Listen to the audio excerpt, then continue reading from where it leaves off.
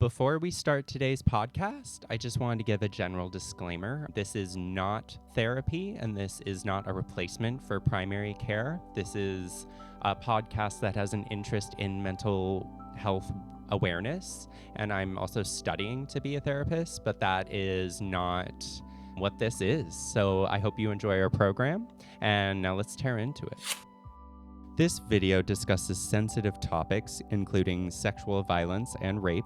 Listener discretion is advised. If you find these topics distressing, please prioritize your well-being and consider skipping this episode. Additionally, our podcast is for informational and discussion purposes only and should not be considered a substitute for professional medical, legal, or psychological advice. If you or someone who needs help, we encourage you to reach out to a trusted professional or an organization that can provide support. If you are in the U.S., you can contact the RAINS National Assault Hotline at 800-656-HOPE-4673 or visit www.rainn.org for confidential support and resources. You are not alone, and help is available.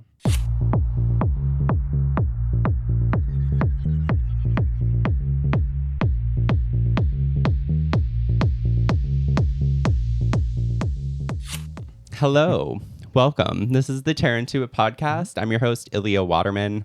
Welcome, and this is our special guest. Hi, I'm Will Stotts. Pronouns are he, him, they, them. Welcome. Thank you. Yeah, perfect. And just to kind of start off, we're coworkers, which is like a fun little thing. We both work at our local gym. I'm just constantly going to bring guests on who are just like my coworkers, I assume. And I just wanted to start off with we were talking and I'm just like, I love your education journey. I know you have a lot of different certificates. So if we could just get kind of a little background there, just to start us off with how that all started in your journey. I'd love that. Okay. I'm not going to really talk about my associates, but I did get an associate's and then I transferred to Eastern Washington University to pursue a bachelor's. And I thought maybe I was going to go for pre-law at the time, and I ended up actually taking a class. It was sex, sexuality, and communications. And immediately I was home, fell in love, and ended up actually going into women's and gender studies as a major. So this was actually already technically would have been my fourth year, and I ended up doing a whole 3 years at Eastern for my undergrad.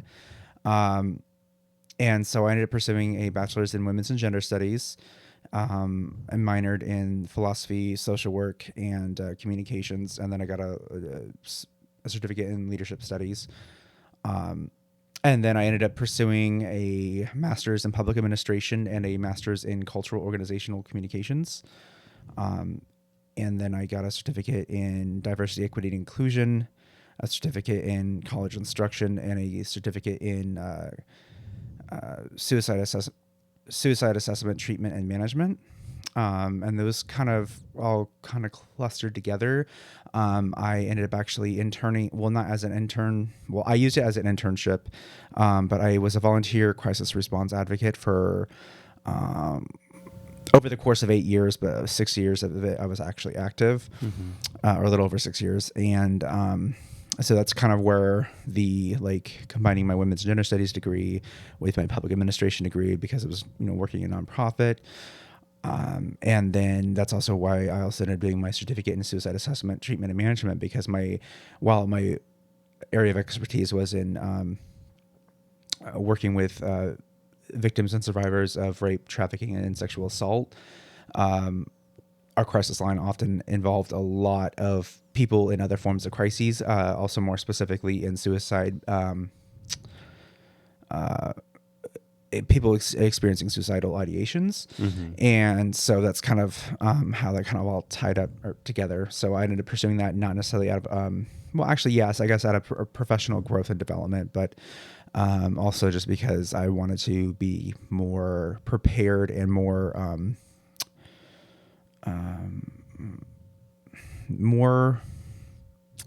because even though I didn't want to do it professionally, like in terms of a full-time job, even though I did voluntarily, I didn't mind taking on that little extra student debt just to be more well-rounded and prepared to help the people that I was, was That out you like trying- care for. Yeah, exactly. And like care about. Wow. Exactly. So that's so amazing. Like that's really hard work. And I really like, my heart goes out because that's like, I'm not that I'm not going to be doing similar work, but like, I just know that we put ourselves through a lot when we put our help in these situations. So that's really cool. Yeah. And it's, like you said, it's a lot of work and it's a lot of, emotional, which even becomes physical too, as the stressors, totally have a major impact on our just physiological, like our bodies. Because the physical manifestations of that stress, really, we can literally get sick from. They manifest, right? Yeah. So that's crazy.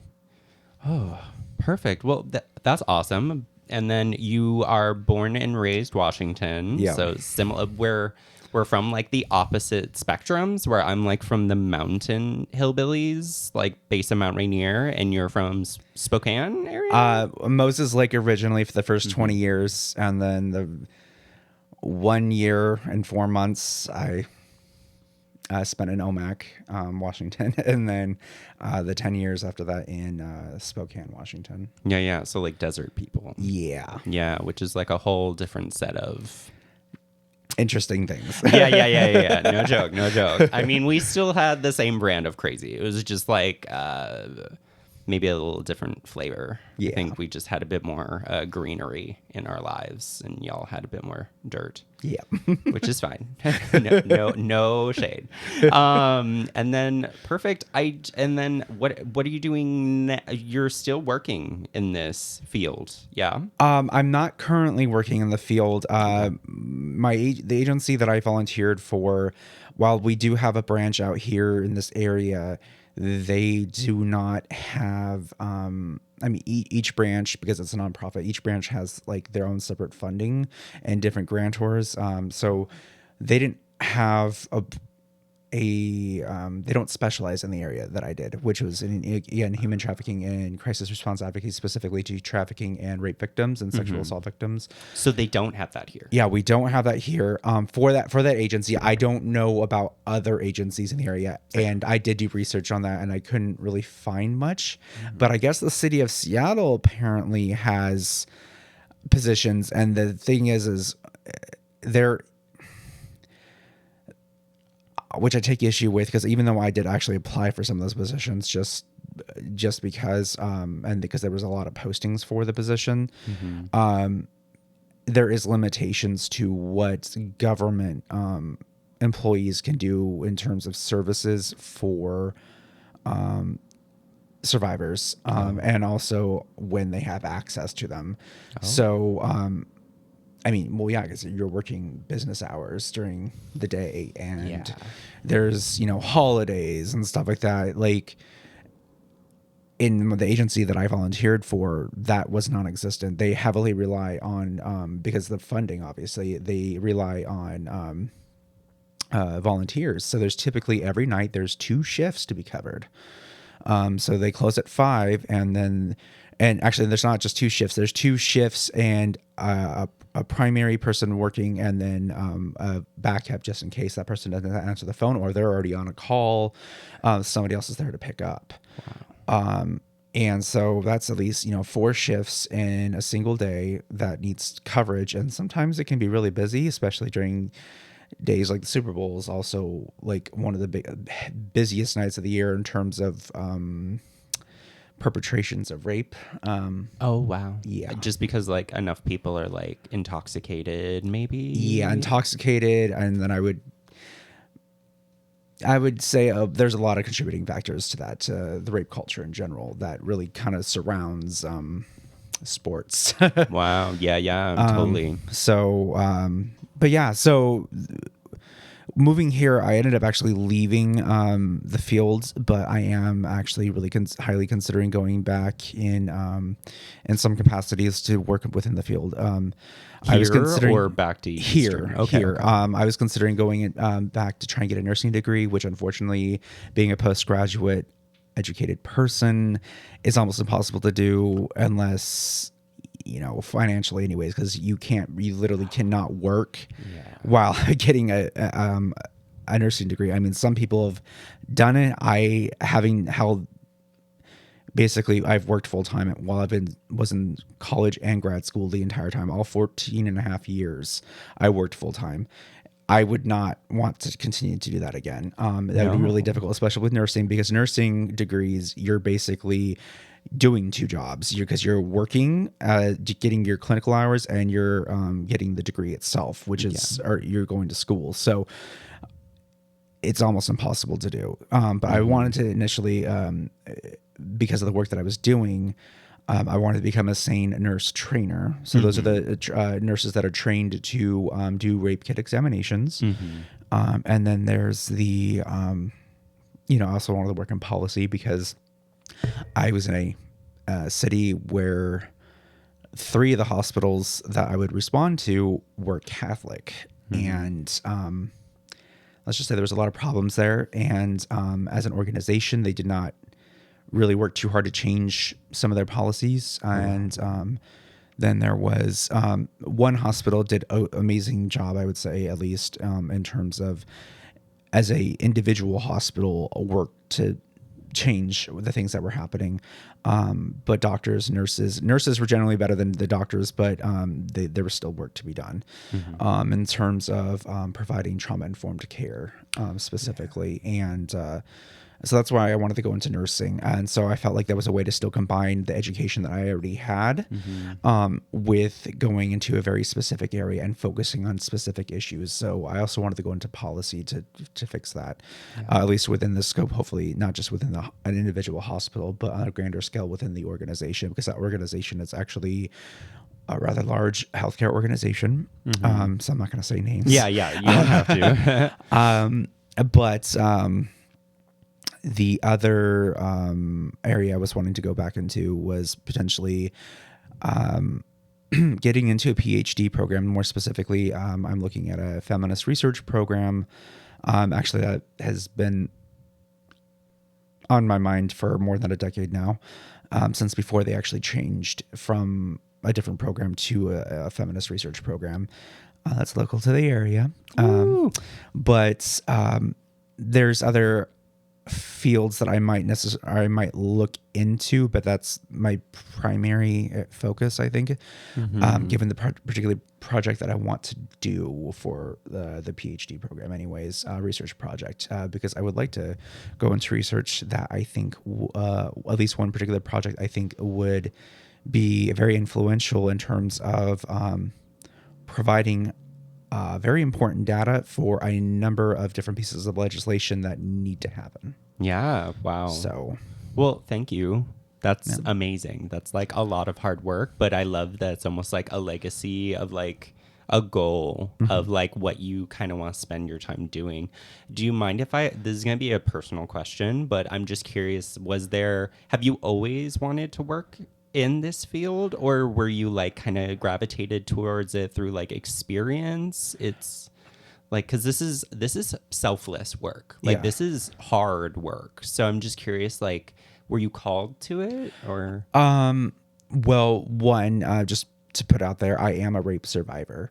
And I mean, I was sexually assaulted when I was 15 and I was raped when I was 17. And, so it wasn't until I was, I want to say 21 or 22.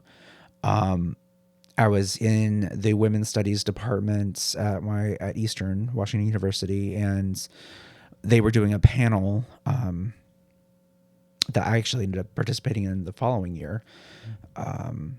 And there was a panel there, and there was there was mostly adult people that weren't really affiliated with Eastern, but there was one student on the panel, and I was listening to their story, and I realized that they almost had a almost identical story to me, and I had before that moment had never actually acknowledged the fact that I was raped. Oh, wow. And while listening to that, I just had all kinds of emotions taking place, and I was crying, and I had no idea why. And so I was already in the Women's and Gender Studies program at the time, and so I had already I had listened to some lectures about rape culture specifically with the particular professors I had. We focused a lot on gender-based violence in certain classes, anyways. And I had already taken a social work class actually that kind of focused on that specifically on trauma-informed care, but it was actually very specific to rape and sexual assault. And I don't even know why after even that particular area of my education, I didn't even acknowledge my own victimization. And was this at which university setting that you were like doing this class? Yes, it was Eastern Washington University. Was a list or a class that was cross-listed with the Women's Gender Studies department, but also within the social work program, and which was, I think, a very important class to have. Totally. As it was very they also had a whole other separate trauma-informed class, but this one was specific to rape and sexual assaults. And given that we have frankly a great social work program. In a large social work program, I definitely felt that was very necessary for that class to be there. And, anyways, I just, I guess that's when I kind of acknowledged that. And, was at the conference. Well, it wasn't even a conference. It was just a kind of a presentation in the middle of the day. We do all kinds of seminars that's within the women's department. And actually now it's WAGE, so the Women's and Gender Education Center, and they in that oh no, I'm sorry, it was the next year when I was in that panel after I acknowledged that I had started getting involved in different things. Someone had walked up to me from the agency that I started volunteering for, and they told me about the agency. And while I did not see them out for any type of services, I did kind of I had already done different forms of therapy as a child, in other unrelated things. And so I just had my own way of kind of coping. And I felt that some ways were very healthy and some other ways weren't so healthy. But for the most part, I got through it and where I felt comfortable talking about it. And so I ended up actually I went to the agency to, volunteer. And also I needed to do internship for my program too. So that's how I actually got involved, doing it a little bit more often than what I initially was going to, is because I was also using it for internship hours. And I learned a lot. And also when volunteering for that, you, as a crisis response advocate, you actually have to get a state certification in which you maintain monthly trainings. That's amazing. So while, for example, people in the healthcare system who might have 1 hour of training at some point in time in trauma-informed care, which is generally not even required, I think in most hospitals, for example, they might have trauma-informed care training, but it's definitely not mandatory in one of the hospitals that I previously worked for. But wow,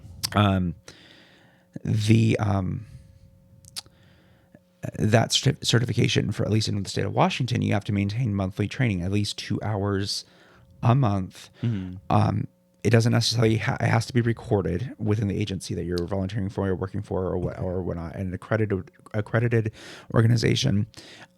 Your training can consist of reading books or studies on specific areas related to trauma-informed care, rape, sexual assaults, other forms of violent crimes, something kind of within the scope of working in crisis response advocacy, and you have to maintain that monthly, which is way more than other area related professions. So yeah, and that's crazy to me to think that you could enter a place where, not to say like hospitals are definitely like hubs of trauma, but like they kind of are. Yeah. Like it's where you go when you're like in an emergency, and you could almost argue that like a lot of emergencies are trauma. So it's kind of insane that it's not a much more studied or held in higher degree, or even just like more accessible for people to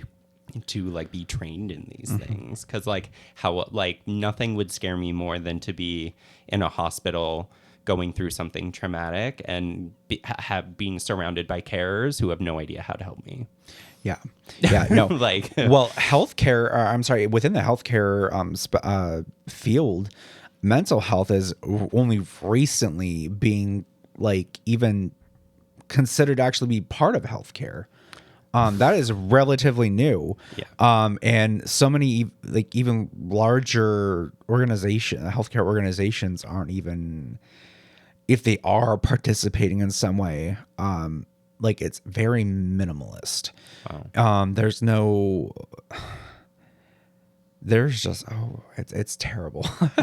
So which is why I wanted to go into policy. yeah. So we have more work to do, is what we're yes. saying, which is like, there's hope in there though, because I feel like, I don't know, I'm studying to be a therapist. So I'm seeing there's a shift, at least in my school's values. Like it's all kind of rooted in trauma-based care, being aware that this is a large portion of where the work is. So hopefully, I mean, we'll be the generation who actually like acknowledges all of this, and at least we have like, I don't know, the vocabulary to like press against these issues, where I feel like generations before this, they didn't really want to acknowledge that. They're like, as long as you're healthy in body, like the mind will follow, was kind of like the thing. Like it's just so interesting how it's kind of being not phased out, and we're entering a weird political climate. So it's like, I'm just curious if I don't want to go into like talking about too much despair or like like worry about the future, but I'm really encouraged that you're interested in entering policy and wanting to change things, because like we need people like you who definitely care and understand like that it needs to change at like almost a governmental level, because that's how you get the funding and the accessibility to these things. So it's like I really admire your work. So thank you so much. And I see you have a list. So I love an informed guest, but like, is there some stuff we want to talk about today that like maybe like accessibility things, or what's on your list?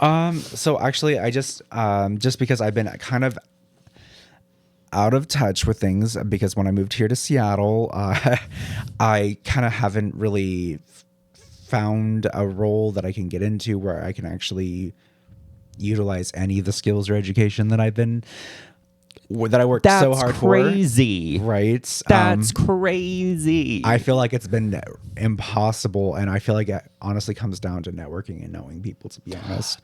I feel like that's a hardcore like Seattle problem. I feel like you only get a job here if you know someone in that company, and like they just have to be like, I know this person, and then you immediately get the job, whether or not you deserve that job, which is not a great system, Seattle. So it's just like, no, it's crazy. I've been talking to a lot of young people who are like studying to be in these very essential roles in medicine or in care, and they can't find jobs. And I'm like, but we need you. So I don't understand why it's not easier. So I'm just echoing your frustrations, because it's what? No, just because of the previous conversation we had before, I wanted to make sure that I had kind of like the current information on certain things in case we touched on those. And just because we kind of I talked about kind of the work that I've done, just for the people who are watching, because this really does pertain to everyone. I just wanted to give a few, I wouldn't say fun facts for folks, just facts to, in case, because everyone, this does apply to literally everyone, whether or not we know it, just because of how prevalent rape and sexual assault is, and human trafficking. So just for everyone else's, everyone else who ends up watching this. And then I have a weird question. Yeah. Sorry. Are these Washington state, or is this countrywide? Kind of? These, so the two laws I will refer to are specific to Washington. Okay. So just Washington state people, tune in. Yeah, for sure. Unfortunately, I mean, I think there was guidelines nationally. I will say they're probably not existent under this current administration. I mean, our president is a rapist. Yeah. Yeah. So, I mean, like dead ass. So sorry. Yeah, no, for sure. But just for, so everyone is in the know on this. So if you happen to know anyone who is raped or sexually assaulted, or you are raped or sexually assaulted, if one, you have the rights to not do a rape kit examination if you do not want to. However, if you do not do a rape kit examination, there is almost absolutely no chance of any legal proceedings to happen to follow. So if you know your rapist, or you find out who it is, you may not be able to have them prosecuted. With the exception, of course, of, being caught on camera or something like that. I see. But you would definitely not be able to enter any kind of DNA evidence whatsoever without a rape kit examination, which is terrible to think about. Do those have a time limit? So yes, you're going to, rape kit exam needs to be done within 5 days. Okay. But that's like a range. Yes. But also keep in mind different things. There's different factors here. One, if you shower, you're washing away the evidence. And I know for a lot of people that might be a go-to, like something terrible just happened, I need to de-stress, or whatnot. Now, if you, and I don't want to tell anyone how to process their trauma, but you're going to, I highly recommend making your way to an emergency department as soon as possible, because that evidence is fresh. It's there. Also, your clothes. If you end up showering, at least put your clothes in a bag of some kind, and then take them in for processing as well. And still do the rape kit, but at least have your clothes, because that will go in with the kit. And this, with your kits, by the way, they might be collected initially, obviously, by a nurse or a physician at a hospital, and it'll be turned over to the local police, but the rape kits will be actually turned over to the state police, just so you're aware of that. So if you happen to have a case, you can find out information on about your rape kit and its current status with the Washington State Patrol. Good to know. Also, under RCW, or Title 18, Chapter 64, Section 11, you are entitled to a 28-day supply of PEP, or post-exposure prophylaxis. So more specifically, the HIV prophylaxis. The statute was, because they specifically identify PEP, and they talk about HIV prophylaxis. They do not mention the other STI, like doxy, doxycycline, for example. I'm sure that will be a thing, but also a couple other things with that. You are entitled to, under the WACs, you are entitled to any of the 4 types of emergency contraception, which work up to 5 days or 120 hours after unprotected sex. So intercourse, I'm going to be just rape. I'm not even going to, that's the definition though they have, which is very problematic within the resources of this information anyways, and within the law, of course. But so all 4 of the emergency types of contraception, and I can't go into too much detail about the emergency contraceptions because I'm not a nurse, or a doctor, or licensed provider of any kind, and for legal reasons for me as well as your podcast. So not giving medical advice here. Please look up your local laws or speak to a nurse or something. More specifically, you can go to, give me one second. Actually, I love this. The Washington, I had it here. The Washington State Department of Health. And we'll pop then that just up type on screen. birth control, search birth control and emergency contraception, and you'll find the whole kit and caboodle about all 4 different types of emergency contraception, and more specifically, like what they are, what they do. But you are entitled to them. So you go to the emergency department, you are entitled to having access to any one of those 4 types of contraception. Emergency contraception, as well as the STI PEP. You cannot be refused, especially I would definitely recommend going to a nonprofit hospital, or even if it is... I definitely never go to a private hospital, particularly a private religious hospital. But if they receive public funding, they are obligated by law to provide that. So it does not matter what the nurse or the doctor says about their religious views. If they do not give it to you, 1, sue. 2, after the fact, but you have the right to demand that they transfer care to another provider who will do that, or at the hospital's expense. You are not obligated to pay for this. Have an ambulance take you to another hospital. You are not obligated to pay for that. That is on the hospital because they failed to provide you that care. Know your facts, know your rights. So definitely wants, especially, I felt that this was important because even though I lived in Spokane at the time, where we had the agency that does this, that is probably the only no, I'm sorry. I think Tri-Cities has another organization or another branch that provides these services too, but that's 2 cities in all of Eastern Washington. Yeah, I don't know if Wenatchee has anything, but there's so many towns where these issues are taking place and people don't know these things. So that's why I wanted to bring that up specifically. Yeah, thank you. Let's see. Also, there's something else I wanted to touch on. But yeah, so you are entitled to the 28-day supply of PEP. And again, those emergency contraceptives. Those I specifically wanted to let everyone know. Yeah. So. That's so good to know. Thank you. Yeah. Nice. And then perfect. Yeah. I mean, is there anything else within your profession that you kind of wanted to share? Because this is your time, especially with accessibility things. I really want to purport that. So we can either do that, or we can start going into talking about our own kind of journey within therapy and self-care. So it's up to you. I do have one more thing to add that I forgot. Gimme. And this is actually very important. So with regard to going to the hospital and reporting your rape or sexual assault, you are entitled to crime victims compensation, which comes with different types of benefits.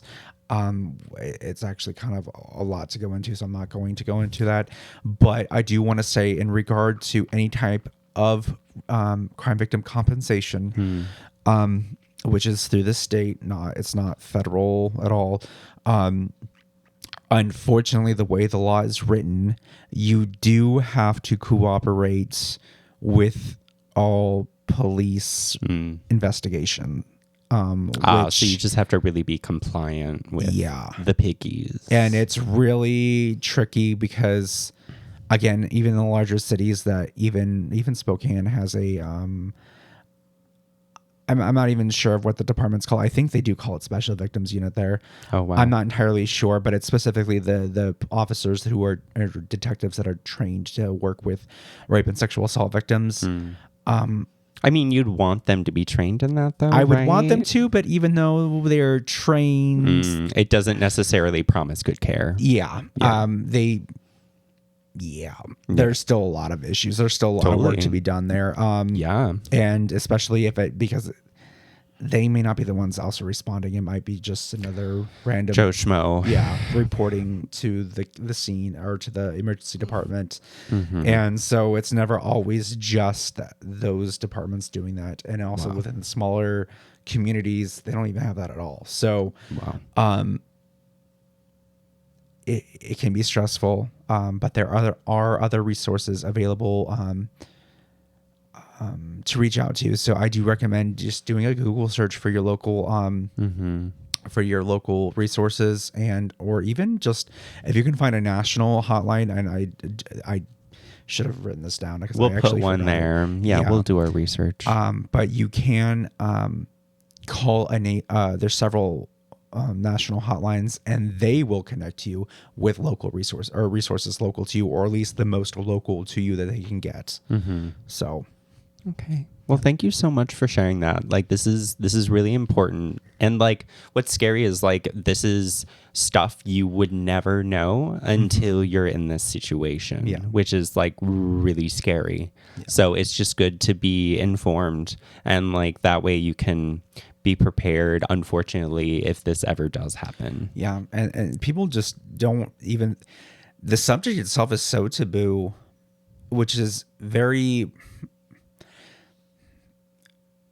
sad. I feel like because of how prevalent it is in our culture. Yeah. It's like, and then also putting aside just like how the prevalency, like people don't really, when you talk about the subject, I also find it incredibly frustrating how the subject is always focused on women. And I don't mean that to be in like an arrogant sexist way. No. But the problem here is that people don't think about, one, what happens to children specifically, the rape and the abuse that happens with children, but also the fact that men are also raped and sexually assaulted. And for example, in the prison system, even within colleges, like it's really bad. I mean, for example, there was a statistic that I found ages ago.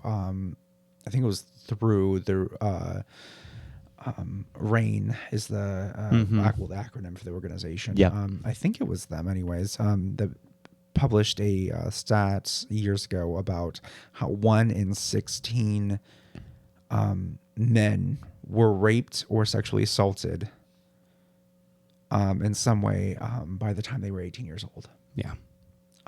And that's just as a youth. Yeah. I can't, going into adulthood, and people think, there's all those sexist biases out there, and people don't really think about those types of things. Yeah. And of course, being a queer person, or a queer identifying person, for example, there's even separate stats for victimization. They're just right there. Yeah. Most queer people, especially trans folks, are 4 times more likely to be raped or sexually assaulted than anyone else. Yeah. Which is crazy because they're such a small percentage of the population. But if that many of them are being assaulted, you know what I mean? Like that's insane. Yeah. Yeah. And there's a lot to go into that too, but the way those stats are even, like how we find out about that is mostly because of what's reported and how it's reported. So whether or not it's through the legal system or through healthcare, because most people don't report. Yeah.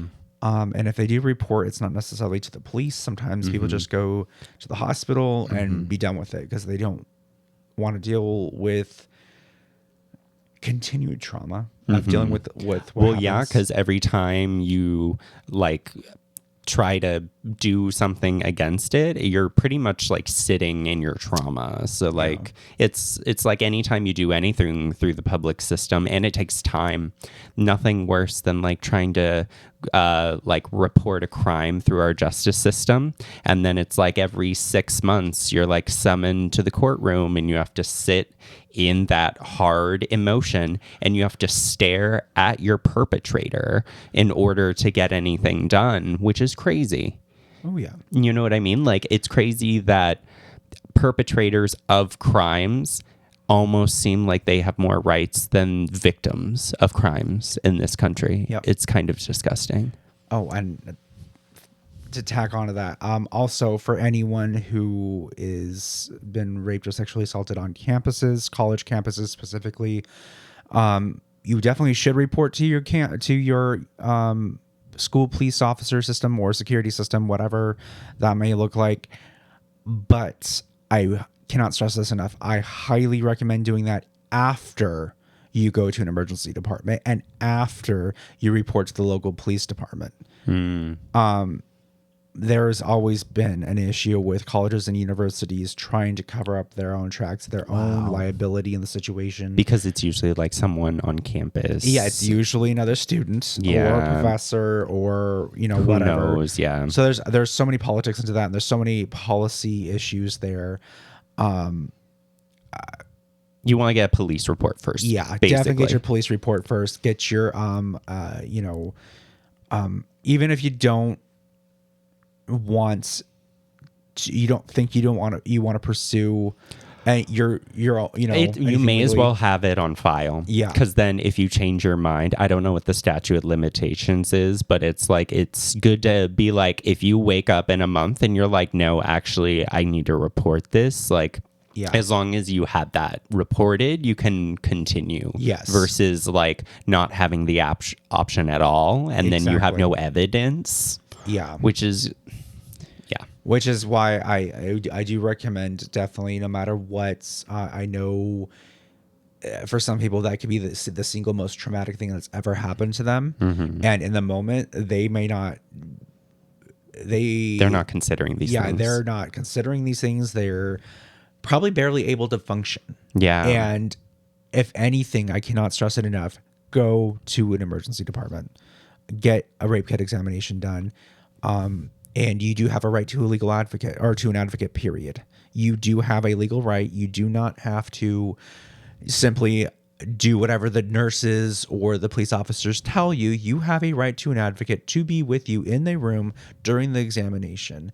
I've been in plenty of examinations with patients that I've met at the emergency departments,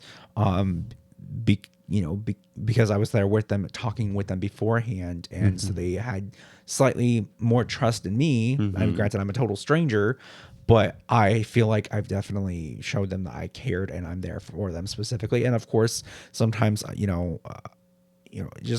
always going to be about the person's comfort level.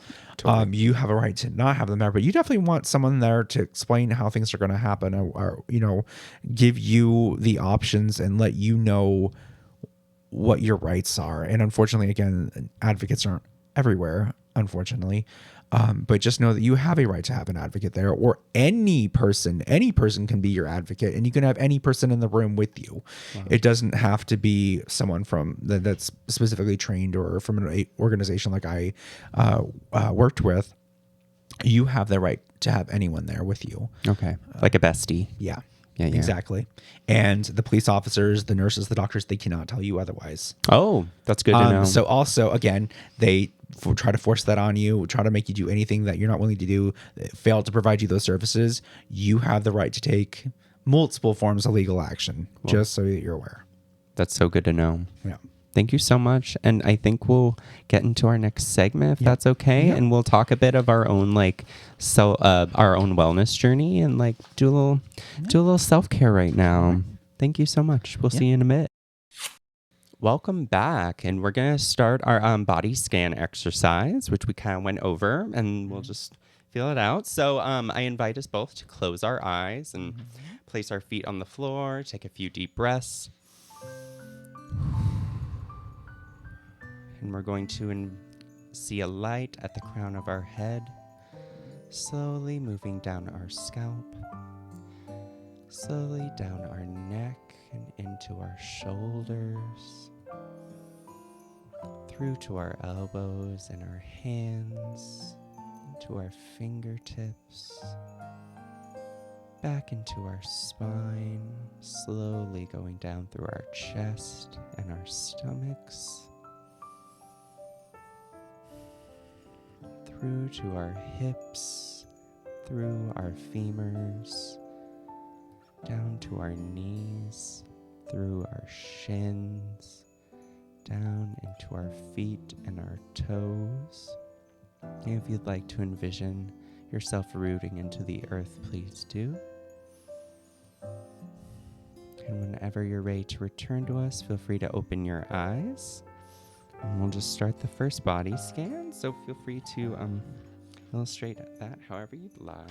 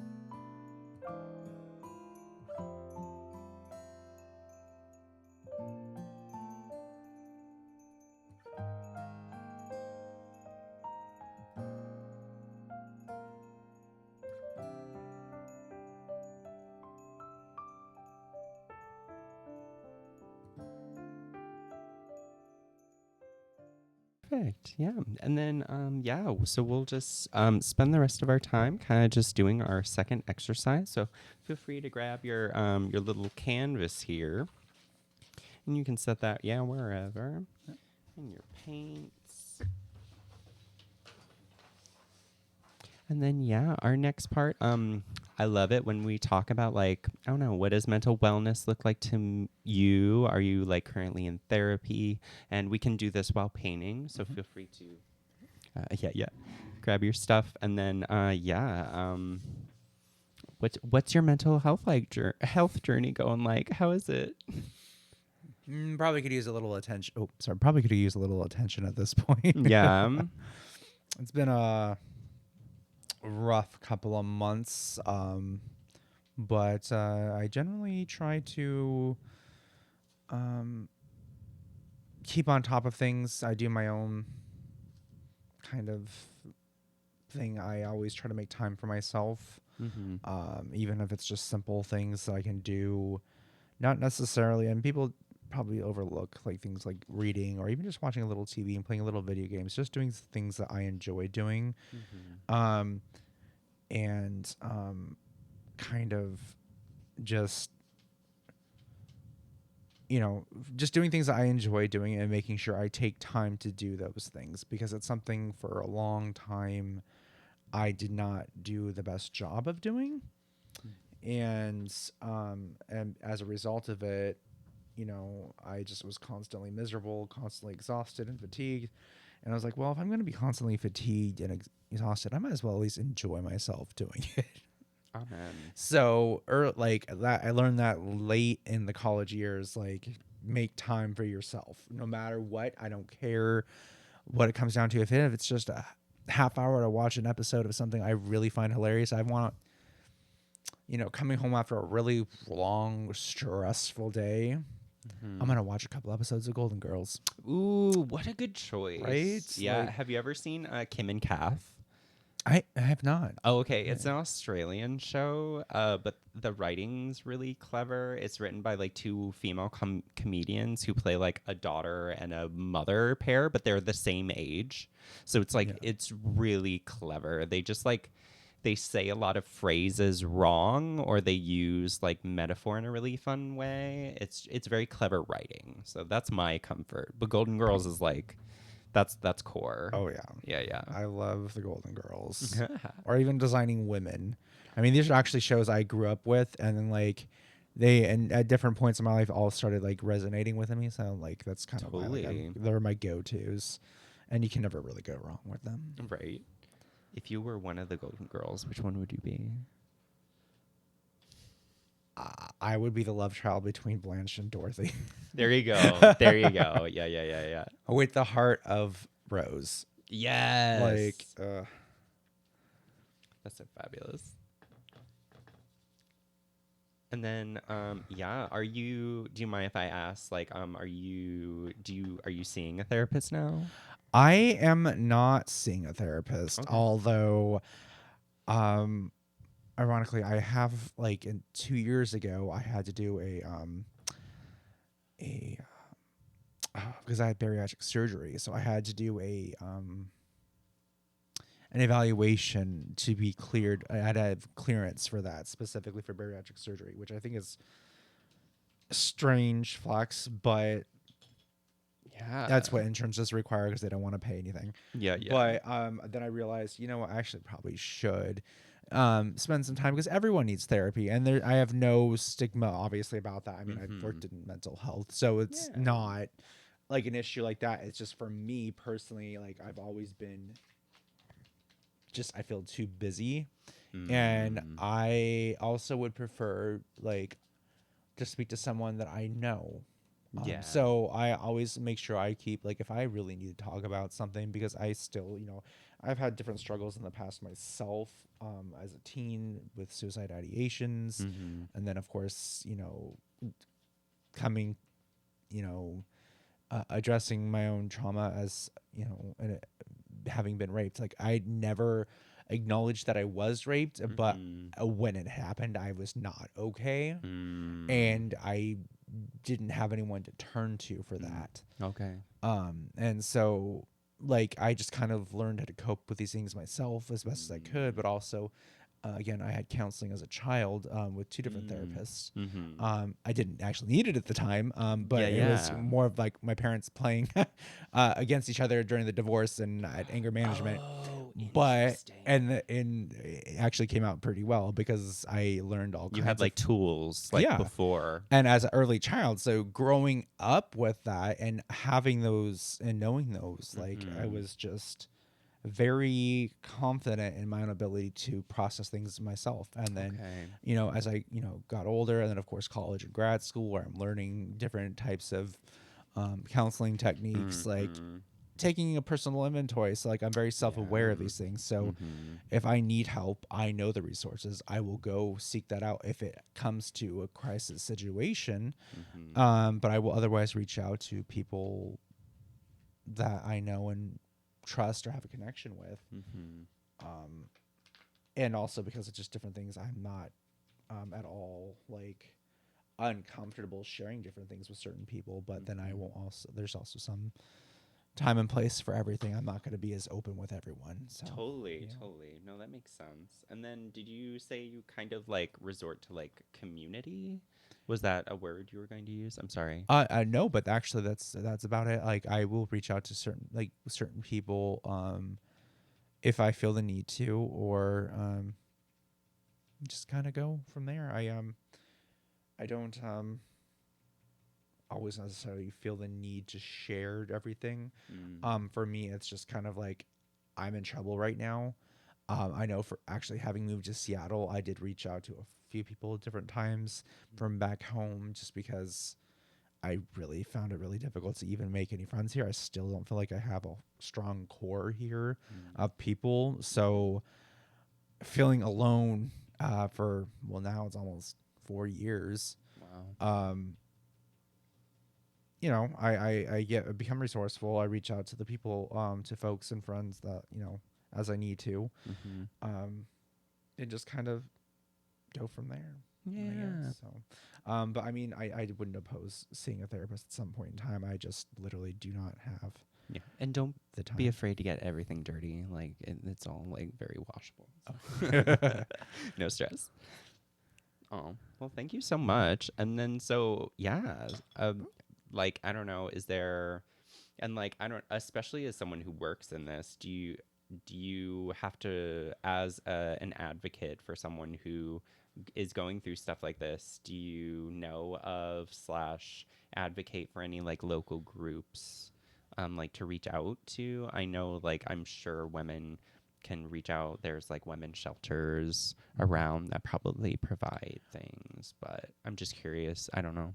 So I am not as familiar with the local resources for Seattle. I see. I know that they have a branch of the YWCA, which I would Mhm. advocate for back in Spokane, Yeah. who definitely work with particularly women and children dealing with domestic violence and Mhm. whatnot. Yeah, yeah.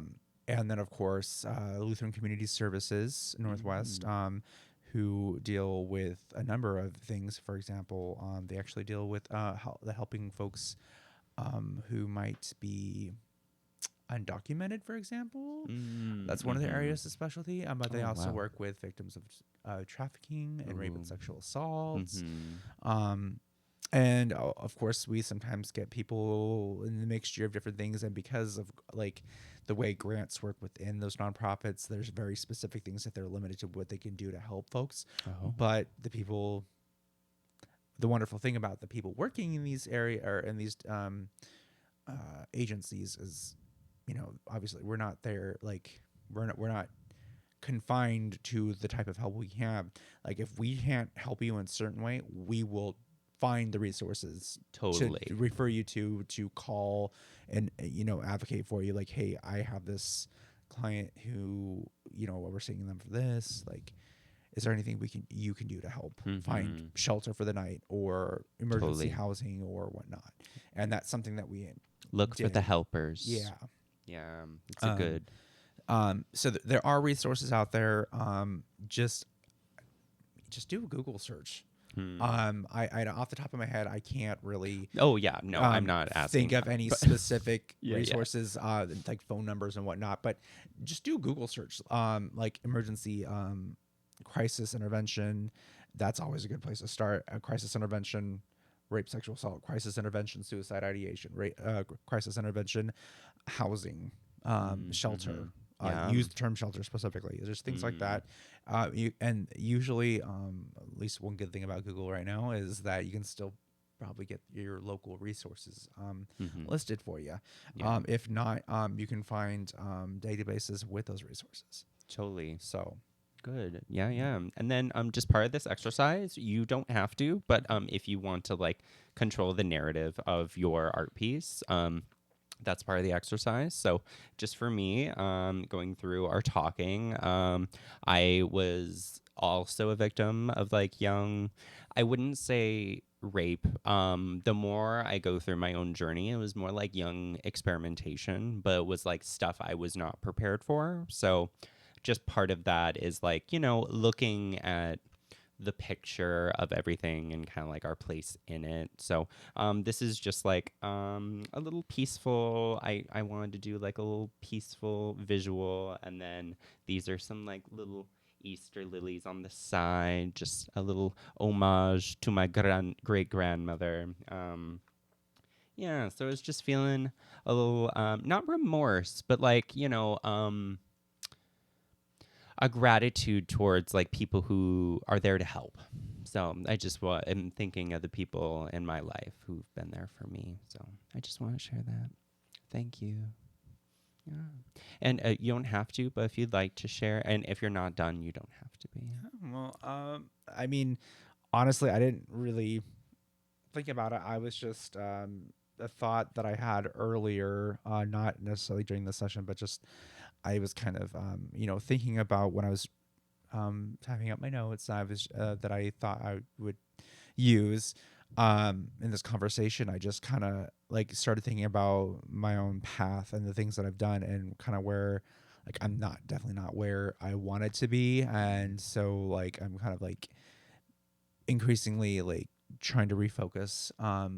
And just one particular word that just pops up into my mind every time. Like I'm thinking about academia, for example, and that's intersectionality and the different Mm-hmm. parts that make a person a whole. And that's just kind of what I was feeling right now. Just all the different things right now. Like I'm dealing with a few different health issues right now. I'm, the work that I do currently, my actual job, or both my jobs, I should say, they serve different purposes. And one actually I feel like is a lot more meaningful to a lot of people because I work in a surgical unit, where we actually provide life-saving services to people. So it's actually very important work, but at the same time, the role that I'm in doesn't always necessarily feel like that because basically I'm just helping people get what they need as opposed to providing the healing aspect of that, I guess you can say. But just, I guess for me, again, it's just the different parts, the small parts that make a person a whole. And that's just kind of what I feel like doing with my hand. Because you said finger painting. So I'm like, well, I'm going to do a finger painting. I'm just going to do my hand. Yeah. Like perfect. the different parts. Do you mind showing? Oh, yeah. Yeah, please do. I couldn't quite get it right. I tried to, but I guess I just wasn't holding my hand at the right angle. But this is just my hand with different colors. Thank you so much for sharing. Yes. And then, so part of the exercise, whenever you're ready, it's part of it is to tear into it. Mm-hmm. So I usually fold it in on itself and then tear it. If you're comfortable. And I like to, a little ASMR. Yeah. Well, there's a character term I haven't heard in a while. Right. Oh, the ASMR. Mm-hmm. Perfect. Yeah. And then feel free we can put these aside. Oh, just embrace the mess. Okay. Or, we can also just, because everything here can get dirty, so don't stress. And then we're going to do our second body scan. Are you ready? Yeah. Yeah. Okay, so we're going to close our eyes. Deep breath. Imagine a light starting at the crown of our head, slowly moving down our neck, down into our shoulders, through our arms, into our elbows, down into our hands and our fingertips, back into our spine. We'll slowly go down our chest, through our stomach, down to our hips, through our femurs and our knees, down into our feet, through to our toes. If you'd like to envision yourself rooting into the earth, please do. And whenever you're ready to return to us, feel free to open your eyes, and we'll do the second body scan.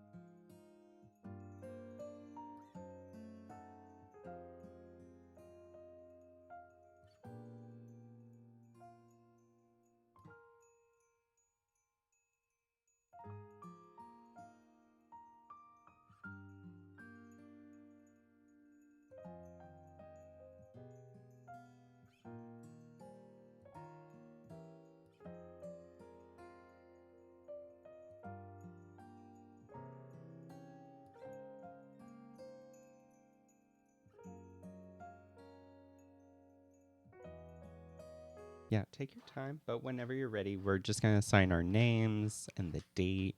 I think it's the day before Valentine's Day, so it's going to be like Ilya 213. Yeah. 25.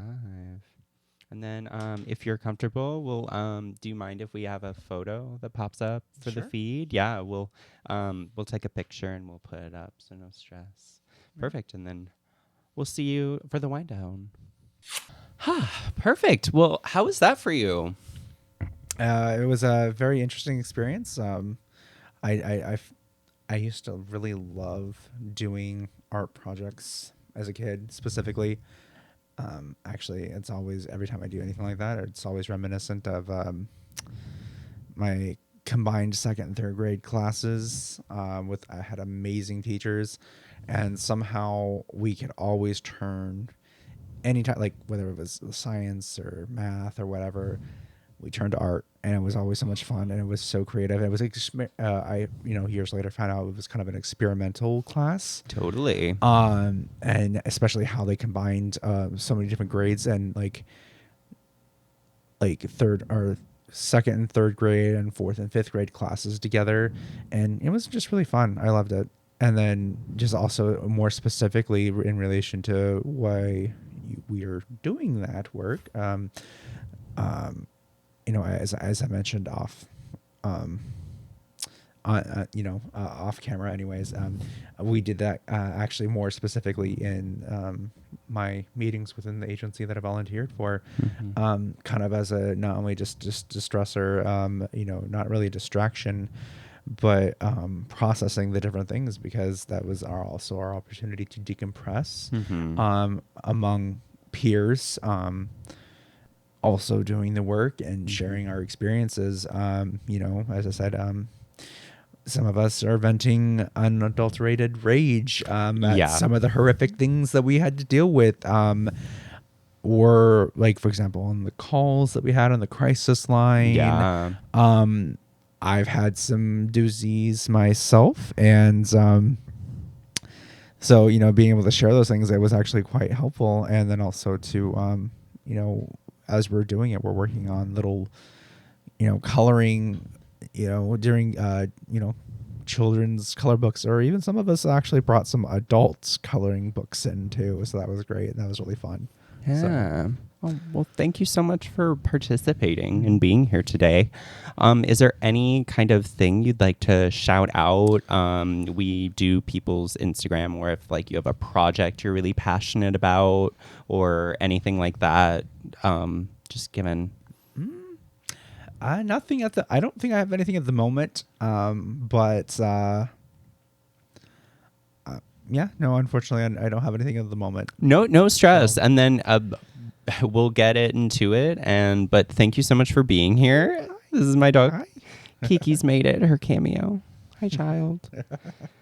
But thank you so much for being here. And thank you so much for getting us some really good information, especially as we enter like kind of a scary time in our lives. But it's like nice to know your rights, and like especially for like locals, it's just good to like be prepared and like just be informed, and like this is how we can like help our communities, is just by being informed. And thankfully the rights that I specifically spoke to, Mr. Trump can't interfere. He can't touch them. They're in our state. It's very much like Washington, we got us on lock, so like we're kind of a refuge for victims, and like we'll take care of you. You just need to know what to ask for sometimes, unfortunately. Like even in a state where these things are prevalent, sometimes people don't get access just because they don't know that they can ask for these things. So I really appreciate the time for you to like put words to these, and also just to also like give us resources, because that's definitely something we need more of. So I really appreciate your time here today. Well, thank you for having me. Thank you. And we'll call that a day. Bye. Bye.